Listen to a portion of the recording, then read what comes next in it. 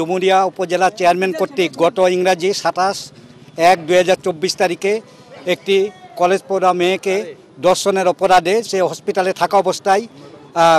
বেশ কিছু সন্ত্রাসী তাকে আমাদের সামনে এবং আপনাদের সামনে থেকে তুলে নিয়ে যায় ফিল্মি স্টাইলে। এই ঘটনার পর আমরা যখন মামলা করার উদ্যোগ গ্রহণ করি এবং বিভিন্নভাবে আইনগত সহযোগিতার উদ্যোগ গ্রহণ করি, তখন এই মামলার অর্থাৎ বর্তমান যে মামলায় আসামি নারায়ণবাবু গ্রেপ্তার হয়েছেন, ওই মামলা ওই আগের ঘটনায় নারায়ণবাবু মন্ত্রী থাকা অবস্থায় অত্যন্ত প্রভাব সৃষ্টি করে মেডিকেল কলেজ হসপিটাল এবং থানা তার নিয়ন্ত্রণে নেয় এবং কোনোভাবে আইনি সহযোগিতা মেয়েটি পায় নাই। পরবর্তীতে যখন 5ই আগস্টের পর ক্ষমতার রদবদল হয়, তখন আমরা এই মেয়েটার পক্ষে আবার অবস্থান নিই এবং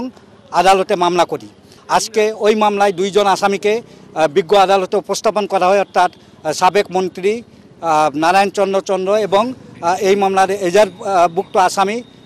ইমরানকে আদালতে হাজির করে এই মামলায় গ্রেপ্তার হিসাবে দেখাবার আবেদন করে।